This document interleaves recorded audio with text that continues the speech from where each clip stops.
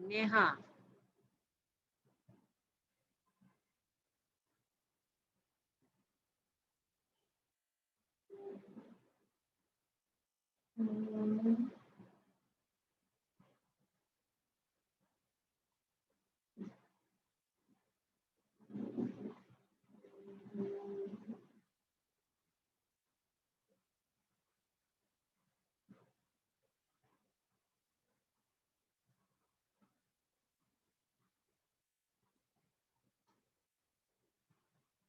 Miss আসসালামু আলাইকুম। ওয়ালাইকুম সালাম।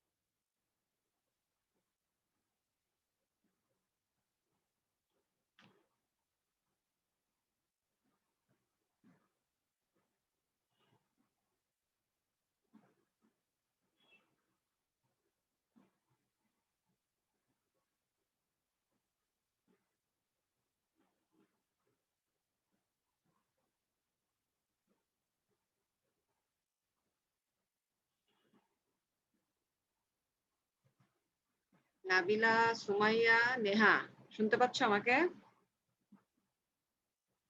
জি মিস। আচ্ছা, তোমরা গত ক্লাসে মানে এর আগের ক্লাসটাতে সবাই কতজন অ্যাটেন্ড করেছিলে?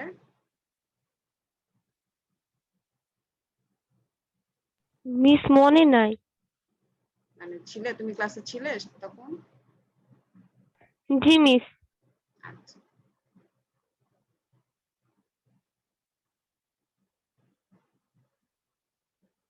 যাই হোক আমাদেরও জয়েন করছে। আমরা তো ২-৩ মিনিট পরে ক্লাস শুরু করতে পারবো। মিস আসসালামু আলাইকুম। ওয়ালাইকুম আসসালাম।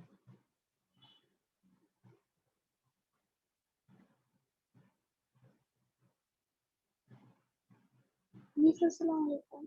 মিস আসসালামু আলাইকুম। সালাম, ওয়ালাইকুম সালাম।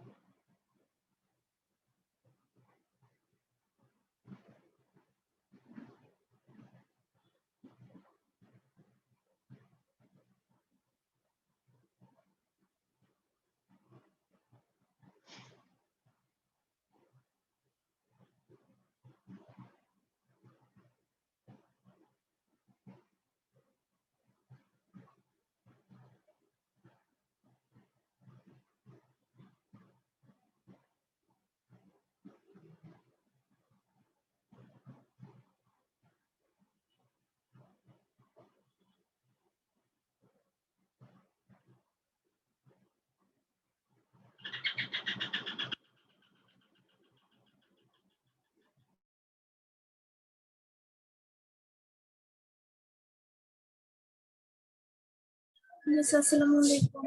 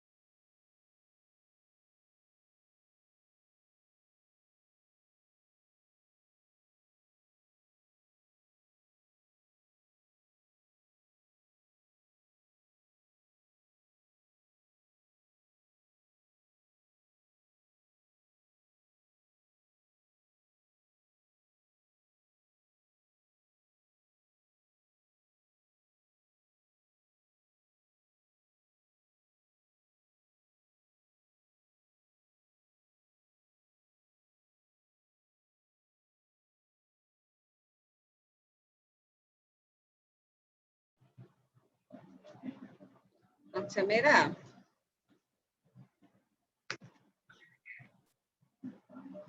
এগারোটা 45 বাজে তাই না? আসসালামু আলাইকুম মিস। 11:45 জি বাজে মিস। তো? আচ্ছা আমরা তাহলে এখন আসসালামু আনুষ্ঠানিকভাবে আলাইকুম ক্লাস ম্যাম। শুরু করি। ওয়ালাইকুম আসসালাম। সবাই ভালো আছো মেয়েরা? সবাই ভালো জি আছো? আচ্ছা আলহামদুলিল্লাহ মিস, ভালো। আপনি ভালো আছেন? আচ্ছা আলহামদুলিল্লাহ বেশ ভালো আছি।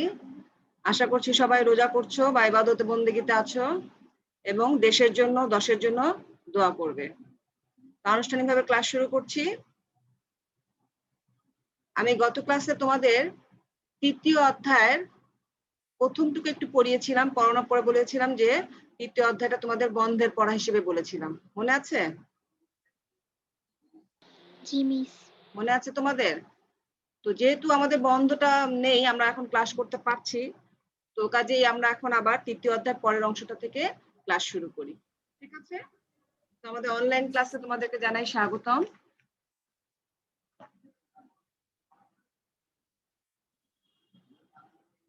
আচ্ছা তোমরা আমাকে সবাই চেনো, শিক্ষক পরিচিতি। আর আমরা তৃতীয় অধ্যায়টা আস্তে আস্তেই করছি, কারণ আমাদের হঠাৎ বলা যায় না কোনো সময় যদি আবার আমাদের চ্যাপ্টার কমিয়ে দেয়, আমরা সেজন্য তৃতীয় অধ্যায়টা একদম অল্প। তৃতীয় অধ্যায় আজকে আমরা পরের অংশটুকু পড়বো।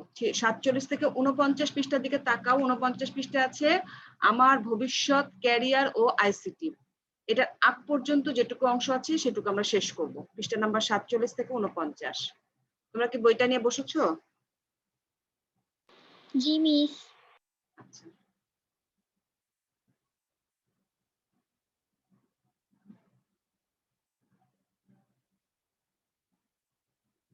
আচ্ছা শিখন ফল, এই পাঠটুকু অংশটুকু পড়ার পরে আমরা যেসব বিষয়ে জানতে পারবো সেটা হচ্ছে শিক্ষার ক্ষেত্রে ইন্টারনেটের গুরুত্ব ব্যাখ্যা করতে পারবে, আর পারবে পাঠ্য বিষয়ে ইন্টারনেট ব্যবহারের ক্ষেত্র চিহ্নিত করতে পারবে।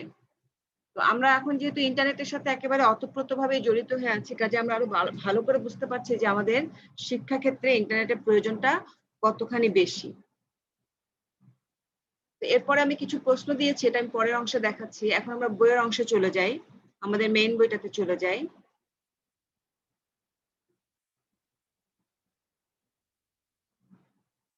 বইয়ের পৃষ্ঠা নাম্বার 47-এ চলে আসি।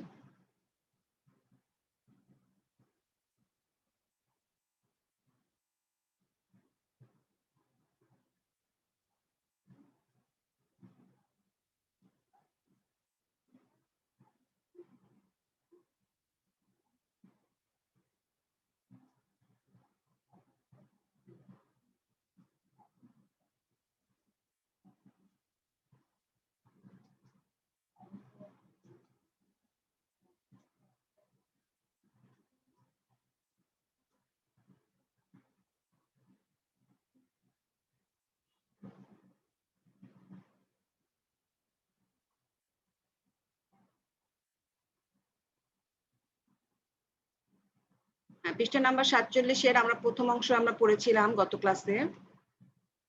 ডিজিটাল কন্টেন্ট সম্পর্কে পড়েছিলাম, ডিজিটাল কন্টেন্টের প্রকারভেদ সম্পর্কে পড়েছিলাম, ইবুক কি এ সম্পর্কে জেনেছিলাম, ইবুক ব্যবহারের সুবিধা এবং বিভিন্ন প্রকার ইবুক পর্যন্ত আমরা পড়া শেষ করেছিলাম। যারা গত ক্লাসে ছিলে তারা জেনেছো। আচ্ছা আজকে আমি পড়তে চাচ্ছি শিক্ষায় ইন্টারনেট। সবাই কি বইটা বের করেছো? সবাই কি বইটা বের করেছো? জি মিস। আচ্ছা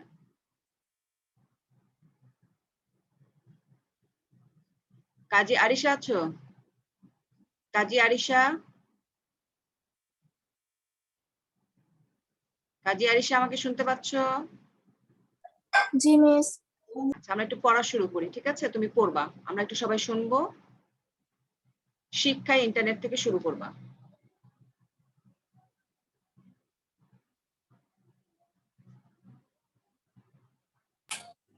শিক্ষা ইন্টারনেট। আমরা ই-লার্নিং এর বিষয়টি পূর্বে আলোচনা করেছি। সেখানে জেনেছি রেডিও, টেলিভিশন, সিডি-রোম, ব্যক্তিগত নেটওয়ার্ক, ইন্টারনেট ইত্যাদি নানা রকম মাধ্যম ব্যবহার করে কিভাবে শিক্ষা বা প্রশিক্ষণ দেওয়া যায়। অধ্যায়ে আমরা আলাদাভাবে শিক্ষার ব্যাপারে ইন্টারনেটের ভূমিকা আলোচনা করব, যার অনেক কিছু ইতিমধ্যে তোমাদের জানা হয়ে গেছে। তোমরা সবাই এখন ইন্টারনেট শব্দটির সাথে পরিচিত। অনেকে ইন্টারনেট ব্যবহার করছো। এই প্রযুক্তিটি সারা পৃথিবীতে খুব বড় একটি পরিবর্তন এনেছে। এই প্রযুক্তি ব্যবহার করার জন্য আমাদের কিছু অবকাঠামো এবং আর্থিক সচ্ছলতা থাকতে হয়। ইন্টারনেট ব্যবহার করতে হলে প্রথমে একটি কম্পিউটার কিংবা স্মার্ট ডিভাইস দরকার। ইদানিং মোবাইল টেলিফোন প্রযুক্তিতে অনেক উন্নতি হয়েছে। সেই সীমার ভেতরেই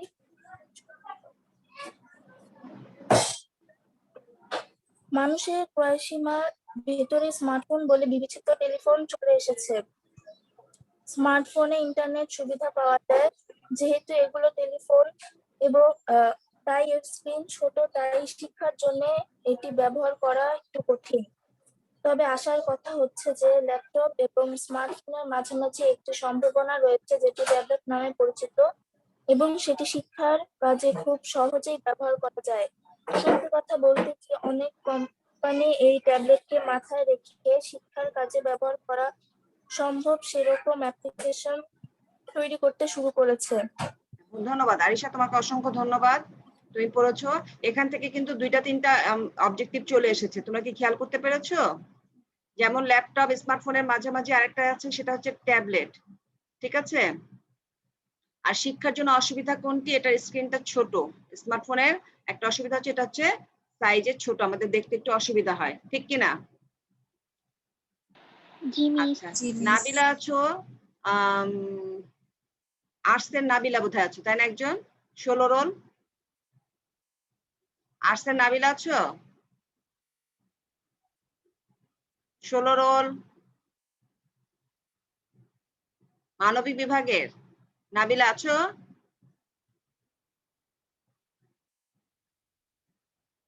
নাই। জান্নাতারা আছো সায়েন্সের? জান্নাতারা? জি মিস। আচ্ছা, তুমি এর পরের অংশ থেকে তুমি পড়বা।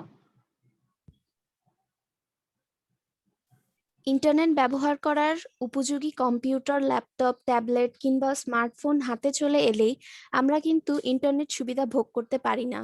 প্রয়োজন হয় ইন্টারনেট সংযোগের। দেশের সব জায়গায় সমানভাবে ইন্টারনেট সংযোগ নেই, তাই সবাই সমানভাবে ইন্টারনেটের স্পিড পায় না, এবং ইন্টারনেটের স্পিড কম হলে সেটি ব্যবহার করা অনেক সময় অর্থহীন হয়ে যায়। আবার ভালো স্পিডের ইন্টারনেট পেতে হলে যে পরিমাণ টাকা খরচ করতে হয়, সেটি আমাদের দেশের সাধারণ মানুষের সামর্থ্যের বাইরে।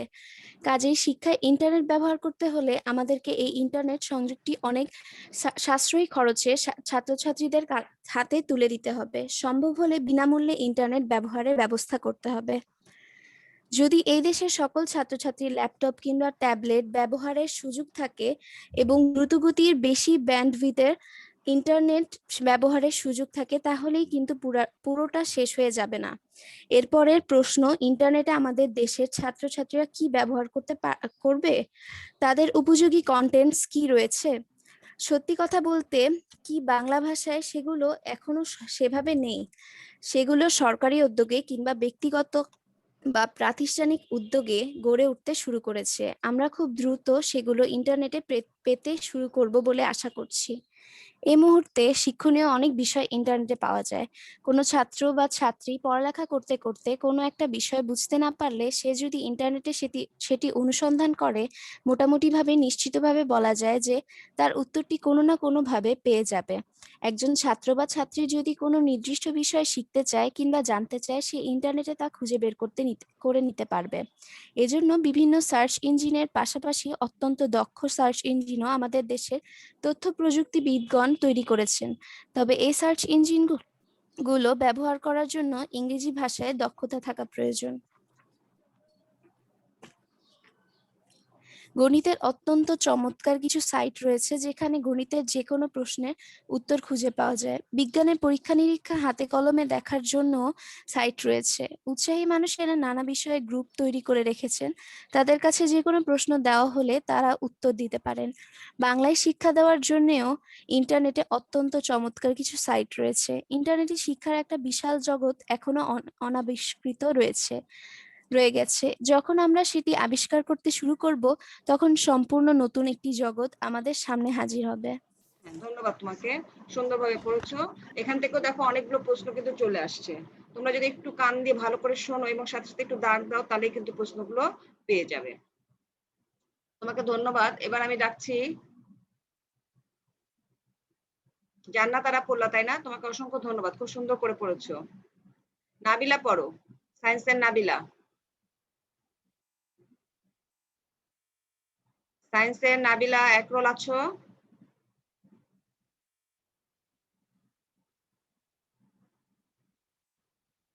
সায়েন্সের নাবিলা।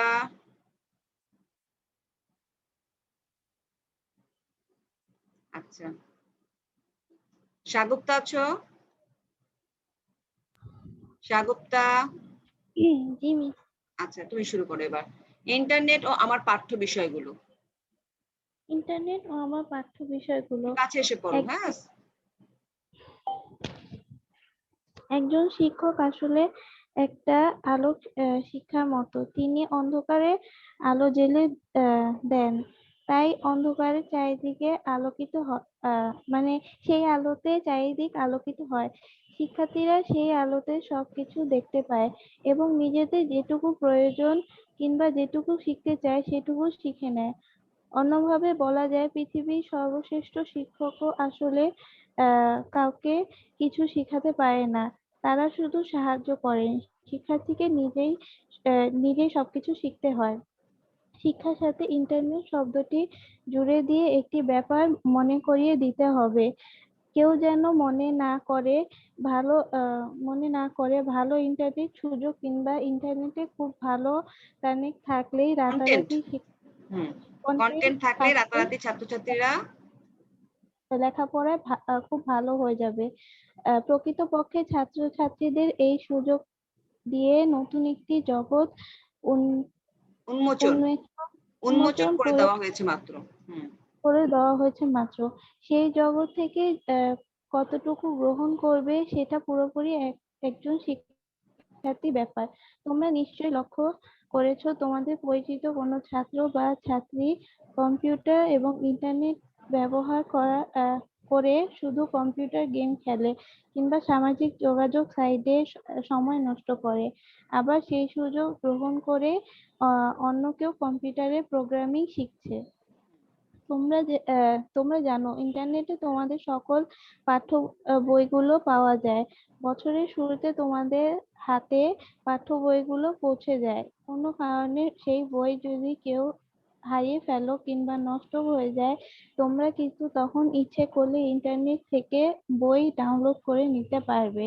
তোমরা শুনে খুশি হবে, বাংলাদেশ শিক্ষা নিয়ে আগ্রহী মানুষেরা মিলে বইগুলো সফট কপি তৈরি করে সেগুলো কণ্ঠ দিয়ে বইগুলো সংরক্ষণ করে শুরু করে, যেন দৃষ্টি প্রতিবন্ধীরাও এই বইগুলো থেকে উপকৃত হতে পারে। হ্যাঁ, ধন্যবাদ প্রজ্ঞা। ধন্যবাদ প্রজ্ঞা, তুমি পড়লে না এখন?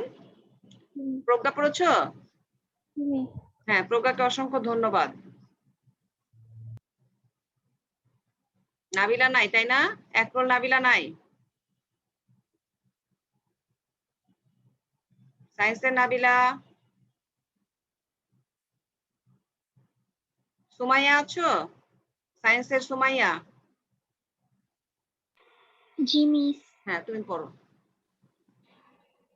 মিস আমি না প্রভার মানে লাস্টের টুকু আমি শুনতে পারিনি, ও কোথায় পড়েছে আমি বলতে পারছি না। এই যে এখানে দেখো, সংরক্ষণ করতে শুরু করেছে যেন দৃষ্টি প্রতিবন্ধীরাও এই বইগুলো থেকে উপকৃত হতে পারে। পেয়েছো? হ্যাঁ, জাতীয় শিক্ষাক্রম ও পাঠ্যপুস্তক বোর্ড, এখান থেকে শুরু করবা। জাতীয় শিক্ষাক্রম ও পাঠ্যপুস্তক বোর্ড থেকে তোমাদের জন্য সবগুলো বই প্রকাশ করা হয় এবং বিনামূল্যে তোমাদের হাতে পৌঁছে দেওয়া হয়। তার বাইরেও তোমাদের লেখাপড়ার কাজে লাগতে পারে এরকম অনেক বই লেখা হয়। এখানে কিন্তু মোটেও গাইড বইয়ের কথা বলা হচ্ছে না, সেগুলো কখনোই কাউকে শিখতে সাহায্য করে না। যারা সেই বই লেখেন তাদের অনেকেই এই বইগুলো তোমাদের ব্যবহারের জন্য ইন্টারনেটে দিয়ে দেন। বাজার থেকে টাকা দিয়ে বই না কিনে যে কেউ এই বইগুলো ইন্টারনেট থেকে সরাসরি নামিয়ে নিতে পারে। পৃথিবীর অনেক লেখকই আজকাল তাদের বইগুলো ইন্টারনেটের সবার জন্য উন্মুক্ত করে দিতে শুরু করেছেন। তোমাদের একটু খোঁজ করলেই তোমরা একটু খোঁজ করলে তোমার পছন্দের অনেক বই একেবারে বিনামূল্যে ইন্টারনেটে পেয়ে যাবে। তবে তোমাকে অবশ্যই সতর্ক থাকতে হবে যেন তুমি কপিরাইট আইন ভঙ্গ করে কারো বই বেআইনিভাবে নামিয়ে না ফেলো। আমরা সবাই জানি আমাদের পাঠ্যপুস্তকে যেটুকু থাকে সেটুকুতে ছাত্রছাত্রীরা সন্তুষ্ট থাকে না, তারা আরো বেশি জানতে চায়। সেজন্য সব স্কুল কলেজের ছাত্রছাত্রীরা তাদের শখের বিষয় বিজ্ঞান, গণিত কিংবা সাহিত্যের ক্লাব তৈরি করে। একসময় এ ধরনের ক্লাবে শুধু শারীরিকভাবে উপস্থিত ছেলেমেয়েরাই অংশ নিতে পারত। ইন্টারনেট হওয়ার কারণে বিষয়টা এখন পুরোপুরি উন্মুক্ত হয়ে গেছে। এখন সারা দেশের এমনকি সারা পৃথিবীর ছেলেমেয়েরা এই ক্লাবগুলোতে অংশ নিতে পারে। তারা সবাই মিলে পাঠ্য জগতে এই বিষয়গুলোকে অন্য একটা পর্যায়ে নিয়ে যেতে পারে। হ্যাঁ, গুড, তোমাকে ধন্যবাদ, অসংখ্য আমার ধন্যবাদ। আমার ভবিষ্যৎ ক্যারিয়ার ও আইসিটি অ্যাপটা আমরা পরের ক্লাসে পড়বো, ঠিক আছে? হ্যাঁ, আজকে রবিবার, নেক্সট রবিবারে পড়বো ইনশাআল্লাহ। তো আজকে আমাদের 5ই রমজান, তাই না? তো আজকে আমরা এই অংশটুকু পড়লাম, এখানে কারো কোথাও বুঝতে অসুবিধা আছে? আর সত্যি কথা যেটা, দেখো যে আমরা সত্যিকারের কিন্তু ইন্টারনেটের উপর দারুণভাবে নির্ভরশীল হয়ে পড়েছি। এই প্যান্ডামিক সিচুয়েশনে এই ইন্টারনেট আমাদেরকে কিন্তু তোমাদেরকে কাছাকাছি, যদিও তোমরা পার্টিসিপেন্টের সংখ্যাটা বেশ কম, আজকে মাত্র এখন পর্যন্ত 13 জন, তারপর আমি বলি তারপর যে 10 জন 15 জনের সাথে আমরা কথা বলতে পারছি, এটাই বা কম কি? আমি মনে করি হয়তো রোজার কারণে তোমাদের উপস্থিতি কম, নাকি কিসের কারণে কম আমি জানি না। এর আগেও কিন্তু আমি 30 জন পর্যন্ত পেয়েছিলাম। তোমাদের কি মনে হয় কি কারণে উপস্থিতি কম? মিস হয়তো সবাই অনেক সকালবেলা ঘুমায়, ও, সকালবেলা ঘুমায়, ভোরবেলা উঠতে হয় বলে। আচ্ছা আচ্ছা, ঠিক আছে, সেটাও একটা বিষয়, ঠিক আছে। এখন আমরা সিঁড়িতে উঠে, আমিও একটু দেরিতে উঠি। তো আজকের ক্লাসটা যদিও একটু দেরিতে, তাই না? আমাদের সময়টাকে আগিয়ে দিয়েছে, 11টা 40 করে দিয়েছে। তারপরও কিছুটা কিন্তু 10টার সময় হলে একটু কষ্ট হয়, এটা ঠিক। তো যাই হোক, আমরা তারপরও চেষ্টা করছি বইয়ের সাথে আমরা যাতে সংযোগ থাকে, আমরাও যেন শিক্ষক হিসেবে জানতে পারি যে হ্যাঁ আমরা শিক্ষকতা করছি, এবং তোমরা স্টুডেন্টরা যেন জানতে পারো যে হ্যাঁ তোমাদের কাজ হচ্ছে পড়ালেখা করা। তো যাই হোক, এইগুলো তো আমরা দিয়ে দিব, আবার আপলোড করে দিব, তখন সেখান থেকে অনেকে হয়তো জেনে নিবে। তো এখান থেকে কারো বুঝতে কোনো অসুবিধা আছে?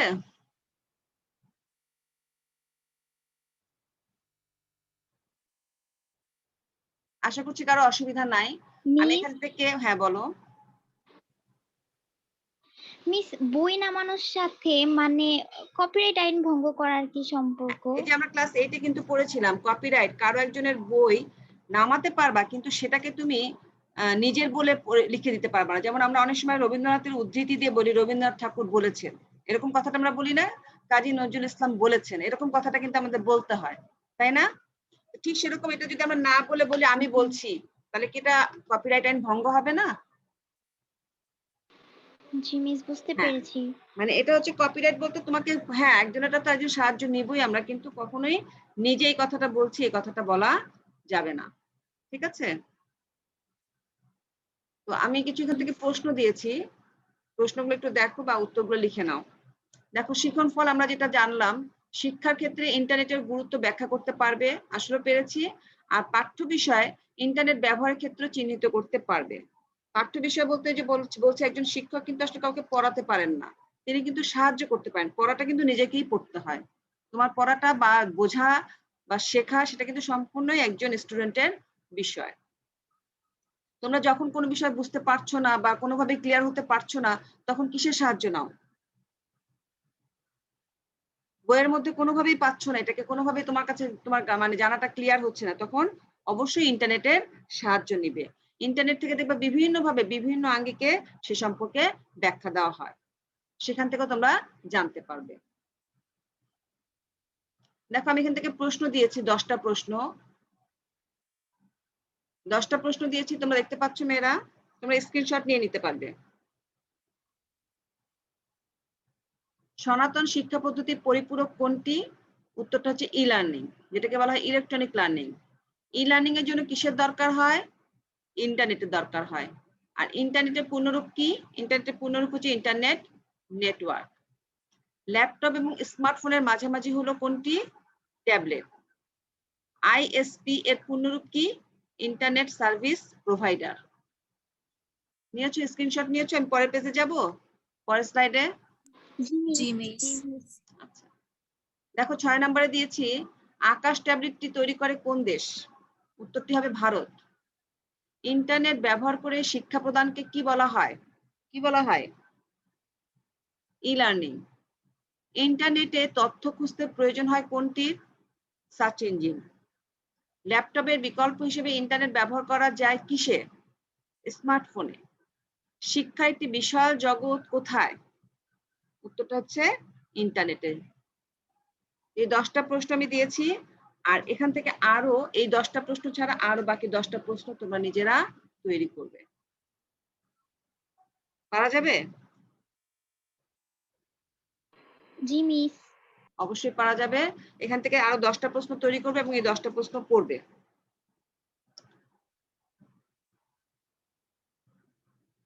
তো এখানে আজকের পড়ায় কি কারো কোথাও বুঝতে অসুবিধা হয়েছে?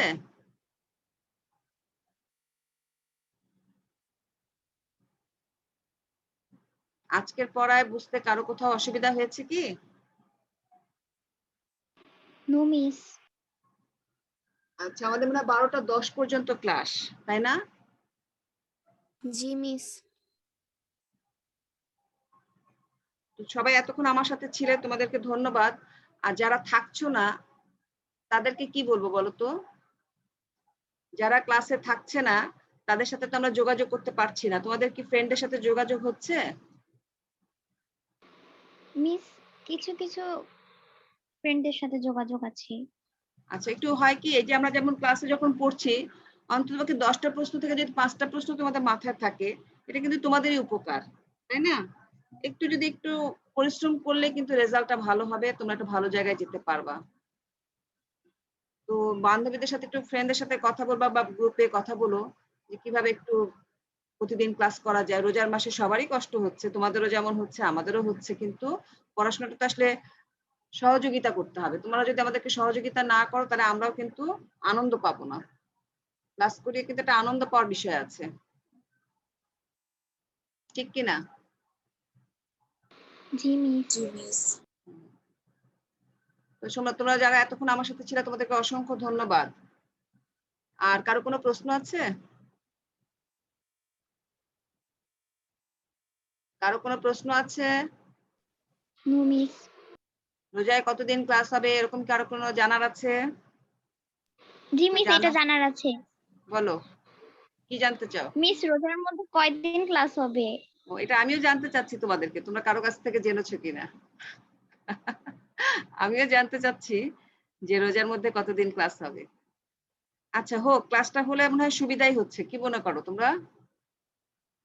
জি মিস। তোমাদের সাথে একটা যোগাযোগ থাকছে, না হলে দীর্ঘদিন না যোগাযোগ থাকলে দেখা যাবে তোমরা আমাদেরকে ভুলেই যাবে।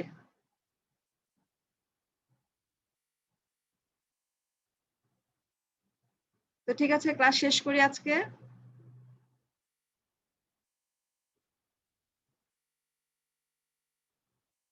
সবাই ভালো থেকো, সুস্থ থেকো। ঠিক আছে, মিস সবাই আল্লাহ আসসালামু হাফেজ। আলাইকুম। সবাইকে আল্লাহ হাফেজ। ওয়ালাইকুম আসসালাম। সবাই ভালো থেকো, সবাই সবার জন্য দোয়া করো। ওয়ালাইকুম আসসালাম।